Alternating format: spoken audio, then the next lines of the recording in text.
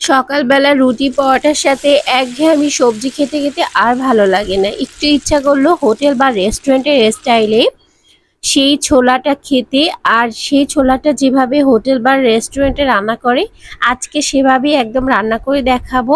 আর এটা কিন্তু রুটি পরোটা দিয়ে খেতে দারুণ লাগে। এই রেসিপিটি কিন্তু অবশ্যই সকালের নাস্তায় রাখতে পারেন, বাসার সবাই অনেক বেশি পছন্দ করবে। আর এটা তৈরি করা একদমই সহজ, বাসায় থাকা উপকরণ দিয়ে তৈরি করে ফেলা যায়। আর নাস্তায় একটু পরিবর্তন নিয়ে আসলে কিন্তু সবারই একটু ভালো লাগে। একঘেয়েমি রান্না খেতে আর ভালো লাগছিল না, তাই এটা তৈরি করে ফেললাম। আর ফিডব্যাকটা আসলে খুবই দারুণ ছিল।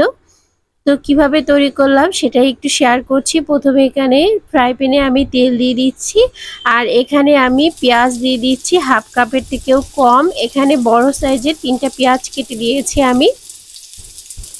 আর এ পর্যায়ে গরম মশলাগুলো দিয়ে দিচ্ছি। এখানে একটা তেজপাতা দিয়েছি, আর হচ্ছে কয়েকটা এলাচ আর দারচিনি দিয়ে দিয়েছি। এখন আমি ভালো করে একটু পেঁয়াজটাকে ভেজে নিব, লাল করব না, নরম করে ভেজে নিব। আর নরম হয়ে আসলে এখানে বাটা মশলাগুলো ইউজ করব।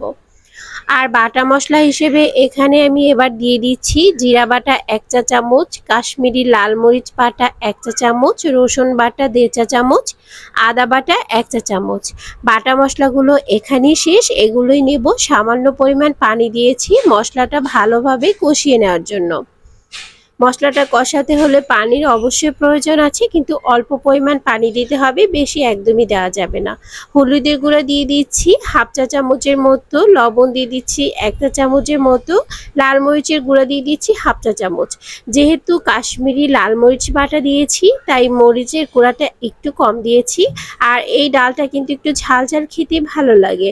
আর এ পর্যায়ে গরম মশলার গুঁড়ো দিয়ে দিচ্ছি হাফ চা চামচের মতো।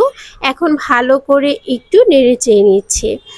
কিছুক্ষণ পর মশলাটা কষানো হলে এখানে মুরগির মাংস ছোট ছোট টুকরো করে আমি দিয়ে দিচ্ছি।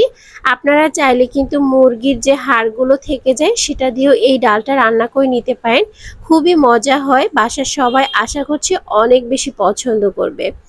এখন মুরগির মাংসটাকে একটু কষিয়ে নেওয়ার জন্য ঢাকনা দিয়ে ঢেকে 5 মিনিটের মতো রান্না করে নিচ্ছি। আর 5 মিনিট পর দেখতেই পাচ্ছেন এটা একদমই কষানো হয়ে গেছে, কালারটাও কিন্তু আগের থেকে একটু চেঞ্জ হয়ে গেছে। এ পর্যায়ে ভালো করে নেড়ে চেড়ে ছোট ছোট আলু টুকরো করে এখানে আমি দিয়ে দিচ্ছি। এটা ডালের স্বাদটা অনেক ভালো লাগবে, আর ডালটাকে একটু ঘন করবে, খেতেও কিন্তু ভালো লাগবে। এ পর্যায়ে ভালো করে নেড়ে চেড়ে নিচ্ছি। আর এটা ভালোভাবে কষাতে হবে, যত ভালোভাবে কষানো হবে ডালের টেস্টটাও কিন্তু খুবই ভালো আসবে। ডালটাকে আগে পরিষ্কার করে ধুয়ে আমি ভিজিয়ে রেখেছিলাম 1 ঘন্টার জন্য, যাতে ডালটা তাড়াতাড়ি সিদ্ধ হয়ে যায়। এখন কিন্তু ডালটা একদমই ফুলে ডাবল হয়ে গেছে, আর এটা সিদ্ধ হতে একদমই কম সময় লাগবে। ডালটাকে দিয়ে দিয়েছি, এখন নেড়ে চেড়ে ভালো করে মিশিয়ে নিয়েছি।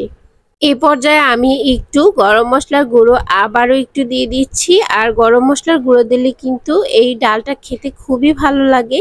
প্রথমে কিন্তু একটু কম দিয়েছিলাম, এখন একটু বেশি পরিমাণ দিয়ে নিয়েছি। আবারও 1 চামচ দিয়ে দিচ্ছি। মোট গরম মশলার গুঁড়ো আমি 1.5 চামচ পরিমাণ দিয়েছিলাম।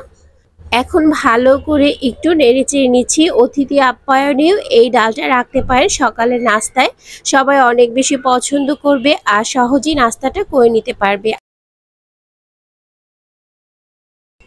এখন ভালো করে নেড়েচেড়ে ডালটাকে একটু কষিয়ে নিচ্ছি, আর ঢাকনা দিয়ে ঢেকে এ পর্যায়ে আমি আবারও একটু কষিয়ে নিচ্ছি। এখন ঢাকনা খুলে আবারও একটু নেড়েচেড়ে দিচ্ছি। আর ডালটা এ পর্যায়ে একদম কষানো হয়ে গেছে। এখন এ পর্যায়ে আমি ফুটন্ত গরম পানি দিয়ে দিচ্ছি। আর অবশ্যই চেষ্টা করবেন ফুটন্ত গরম পানি দেওয়ার, তাতে করে রান্নার টেস্টটা খুবই ভালো আসবে।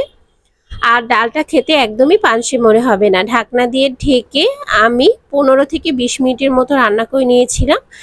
একদম পারফেক্ট ভাবে রান্নাটা হয়ে গেছে। আর এরকম ঘন অবস্থায় আমি ডালটাকে উঠিয়ে নিব। তার আগে একটু পেঁয়াজ রসুন তেলে ভেজে এখানে বাগারে দিয়ে নিচ্ছি। আর এটা ডালের স্বাদটাকে একদম দ্বিগুণ করে ফেলবে। অবশ্যই কিন্তু এই টিপসটা ফলো করতে হবে যদি রেস্টুরেন্টের স্টাইলে স্বাদটা পেতে চান। তো ভালো করে ডালটাকে এখন নেড়েচেড়ে নিচ্ছি। আর এই বাগার দেওয়ার কারণে এর স্বাদটা আসলে অনেক মজা হয়ে থাকে। তো অবশ্যই রেসিপি ফলো করে ডালটা বাসায় তৈরি করবেন, দেখবেন সবাই অনেক বেশি পছন্দ করছে আর আপনারও প্রশংসা শুনে খুব ভালো লাগছে। এখন এই পর্যায়ে আমি গোটা কাঁচামরিচ দিয়ে দিচ্ছি শুধুই ফ্লেভারের জন্য। গোটা দিলেই ভালো হয়, চিড়ে দিলে দেখা যাবে ঝাল বেশি হয়ে যাবে। আর দিয়ে দিচ্ছি ধনিয়া পাতা। যারা ধনিয়া পাতার ফ্লেভার একদমই পছন্দ করেন না তারা এখানে স্কিপ করতে পারেন, কিন্তু দিলে কিন্তু টেস্টটা খুবই ভালো আসে আর সুন্দর একটা ফ্লেভারও নিয়ে আসে। এই পর্যায়ে আমার ডালটা একদমই রান্না করা হয়ে গেছে আর দেখে অবশ্যই বুঝতে পারছেন যে এটা রুটি বা পরোটার সাথে খেতে কতটা ভালো লাগবে। তো কেমন লেগেছে আজকের রেসিপি অবশ্যই কমেন্ট সেকশনে জানাবেন, আর ভালো লাগলে লাইক শেয়ার কমেন্ট করবেন। যারা ফেসবুক থেকে দেখছেন পেজটি ফলো দিয়ে রাখতে পারেন, যারা ইউটিউব থেকে দেখছেন তারা চ্যানেলটি সাবস্ক্রাইব করতে পারেন। আল্লাহ হাফেজ।